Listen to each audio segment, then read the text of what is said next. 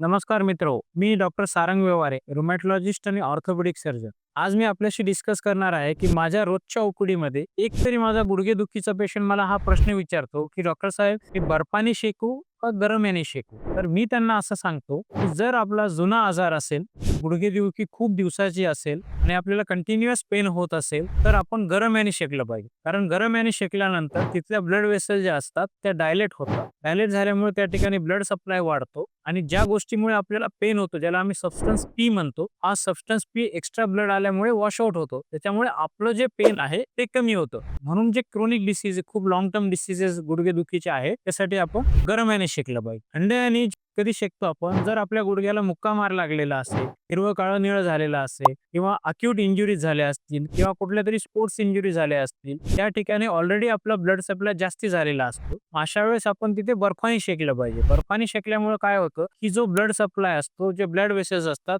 त्या कॉन्स्ट्रिक्ट होतात, बारीक होतात. त्याच्यामुळे पुढचा जो ब्लड सप्लाय आहे, तो येणारा बंद होतो आणि त्यामुळे आपल्याला दुखणं कमी होतं. मग जेव्हा या अक्यूट इंजुरीज असतात, त्या ठिकाणी आपण बर्फाने शेकलं पाहिजे. त्या दोन्ही शेकल्यामुळे आपल्याला आपली गुडघेदुखी लवकर बरी करण्यात मदत होते. धन्यवाद.